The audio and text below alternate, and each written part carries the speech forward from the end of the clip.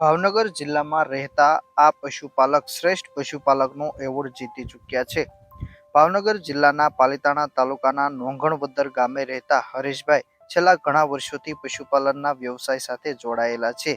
ભાવનગર જિલ્લા સહિત સમગ્ર સૌરાષ્ટ્ર તેમજ ગુજરાત રાજ્યમાં પશુપાલનનો વ્યવસાય દિવસે ને દિવસે વ્યાપક બની રહ્યો છે. લોકો પશુપાલનના વ્યવસાય થકી લાખો રૂપિયાની આવક પણ મેળવી રહ્યા છે. મારું નામ હરેશભાઈ રામસિંહભાઈ પરમાર, ગામ નોંગણવદર, તાલુકો પાલિતાણા, જિલ્લો ભાવનગર. તમે કેટલા વર્ષ પહેલા પશુપાલનનો વ્યવસાય શરૂ કર્યો અને કેવી રીતે વિચાર આવ્યો હતો? આ પહેલેથી છે તે અમારો બાપા વખત. શરૂઆતમાં કેટલી ભેંસો હતી અને અત્યારે તમારી પાસે કેટલી ભેંસો? અત્યારે 5 ભેંસો છે. ટોટલ કેટલા પશુ છે અને કેટલી ગાયો કેટલી ભેંસો? અત્યારે 5 ભેંસો છે અને 20 ગાયો. કઈ કઈ નસલની ભેંસો અને ગાયો છે? ભેંસો જાફરી ને ગાયો જર્સી ને ગીર. દિવસ દરમિયાન સાર સંભાળ કેવી રીતે રાખો? સાર સંભાળમાં તો ઓલા કે 2 ટાઈમ સારો નાખ્યું છે, 3 ટાઈમ પાણી પાવો. સારો કેવી રીતે આપો? એટલે સવારે દોઈને સાપ કટરમાં કાપીને કુટી કરીને નાખ્યું છે ગમાણીમાં. એક ટાઈમ નું કેટલું દૂધ થાય છે અને બંને ટાઈમ નું દૂધ કેટલું થાય અને શું કરો છો?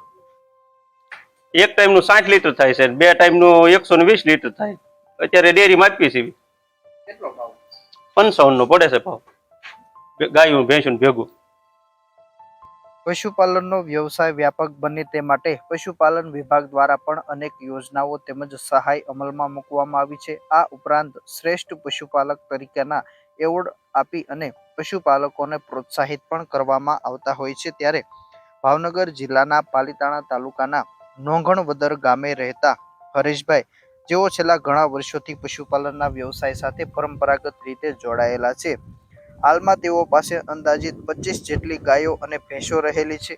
પશુઓની સંખ્યા વધારવાની સાથે તેમને તેમના આરોગ્ય, રહેઠાણ અને ખોરાકની પણ ખાસ કાળજી લીધી છે. પશુઓ માટે સ્વચ્છ અને હવા ઉજાસવાળા શેડની વ્યવસ્થા કરવામાં આવી છે, જેથી તેમને કોઈ પણ પ્રકારની તકલીફ ન પડે.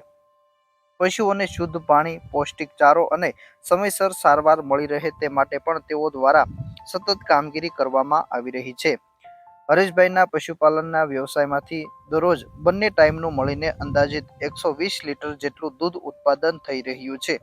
આ દૂધ તેઓ ડેરીમાં ભરી રહ્યા છે અને જ્યાં તેઓને પ્રતિ લીટર 55 રૂપિયા સુધીના એવરેજ ભાવ પણ મળી રહ્યા છે. પશુઓના આરોગ્યને લઈને હરેશભાઈ ખૂબ જ જાગૃત છે. તેઓ નિયમિત રીતે પશુ ચિકિત્સકની સલાહ લે છે તેમજ રસીકરણ અને આરોગ્ય ચકાસણી પણ સમયસર પશુઓની કરાવવામાં આવે છે.